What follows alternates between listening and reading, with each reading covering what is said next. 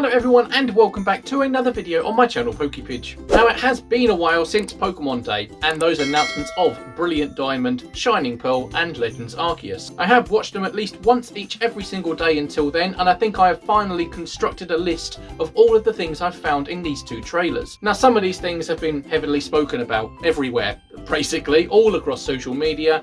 Everyone has torn these trailers to shreds, but I thought I'd try and just gather everything I have found in one place. So if you wanted to find out anything about those trailers and what they might hold, you can do in this video. Today I'm going to be focusing on Brilliant Diamond and Shining Pearl. Next week on next Friday, focusing on Legends Arceus, and believe me, there's a lot in that one to unravel. However, for today, it is the turn of Brilliant Diamond and Shining Pearl, as I said. So without further ado, let's just get into my trailer analysis for the Diamond and Pearl remakes, Brilliant Diamond and Shining Pearl. Now before we get into the main crux of the gameplay trailer, we are shown a little bit of nostalgia with the DS playing a Diamond and Pearl game. At one point on the Poketch on the bottom half of the screen, you can see 2809. I thought, oh my god, have they just told us the release date without telling us the release date?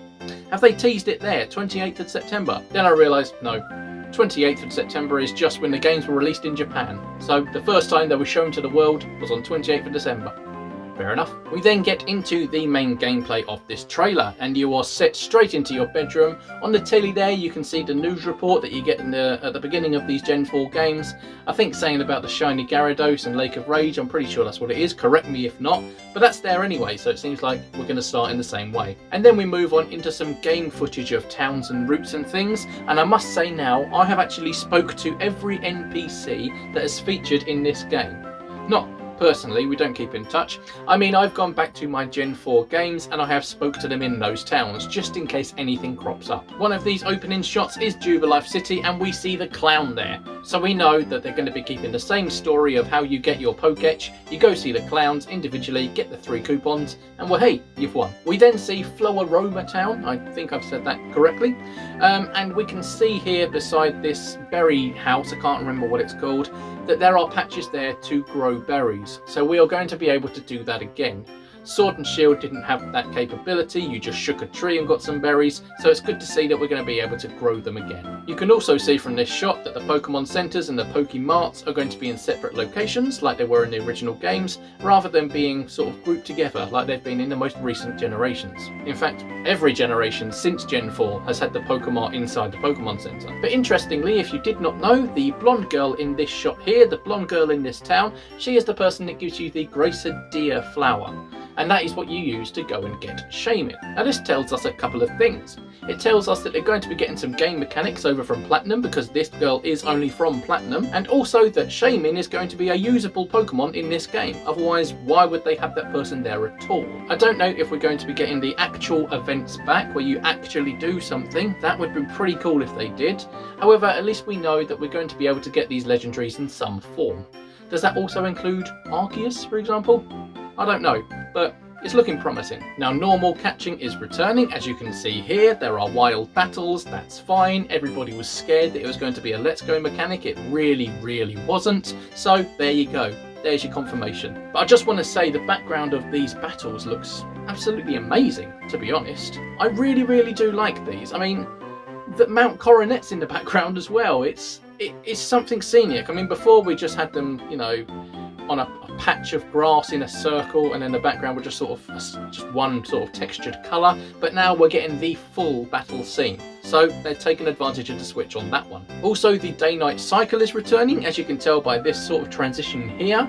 They're both in the same location, one day, one night, so hopefully we will get location-based Pokemon. That would be pretty damn cool. I also want to say with that transition that I can see that the shadow's position changes, as if the position of the sun is changing throughout the day. Have a look here, I'll make them transition from night to day again. Have a look at the shadow, and then have a look at where it goes to. So it actually shows that there's sort of something moving in the sky that's going to control your shadow. And thank God that those shadows are dynamic. We didn't have that before, so that's pretty good. We then get a shot of Lake Valla, I think it is, and I just want to say, look at that rippling water. Anyone that's complaining about the art style of this really needs to take a look at that, because that is incredible. That is the best water we have seen in a Pokemon game.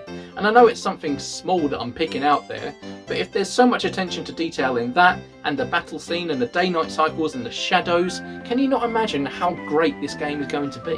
And just quickly, we also see that we have Driftloon here at Valley Windworks, which was only available there on a Friday before. So hopefully we're going to be getting day exclusive things as well as the day-night cycle. It also looks like you'll be able to use the pad for controlling where you walk rather than just up, down, left, right or diagonally, because you can see by this shot they're moving diagonally. That's pretty damn good.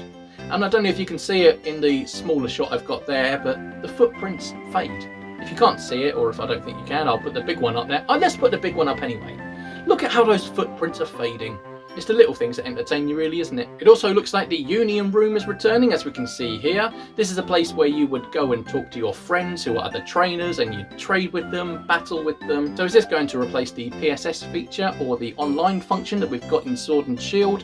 I'm sure they'll adapt this to make it work properly on this system, work perfectly on this system, so there's no need to worry about that. We can also see from the trailer that underground mining is returning. I mean, we haven't seen physical mining, we've just seen someone running underground, so I am intrigued to see how this would work, because obviously you needed 2 screens for it before, so maybe they'll split it, you know, vertically rather than horizontally. I don't know, we'll see. And lastly, near the end of the trailer, we have a load of Pokemon using a load of moves. For example, we have got a Krogunk using Sludge Bomb, I assume.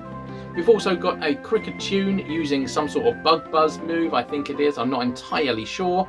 But the big one I want to look at is Porygon Z, using that Hyper Beam. It looks insanely fantastic. I mean, the battle animations really have stepped up from those Gen 4 games. They've really put some effort into it. And if these are going to look that good, then I am all for it. Also, look at this Lucario using Aura Sphere. How incredible does that look?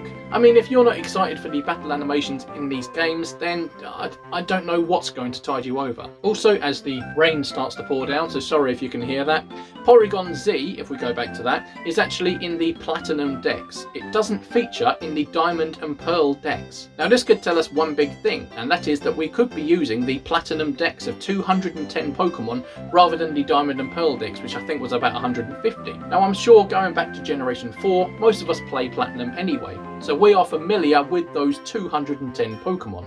So bringing all of those back, fantastic. There are no Pokemon in this trailer that don't feature in those 210 or those 150, whatever. All of those featured in the original Generation 4 Pokemon Pokedex. So I don't think we're going to be getting any more than that.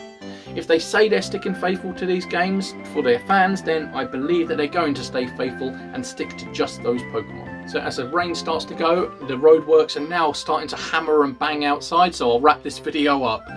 Basically, all that's left to discuss is the titles. There are nothing there. There's nothing, you know.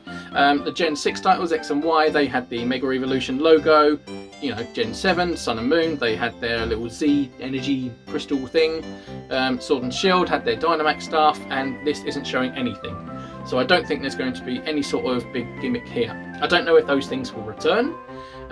Very doubtful for the Dynamax scene because that's a Gala based on their power spots.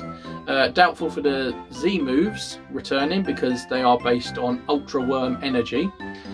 So Megas could come back. They're something that seems universal. You had them in Hoenn and Kalos. So they might come back, who knows. But thank you for watching my trailer analysis for the Diamond and Pearl remake trailer.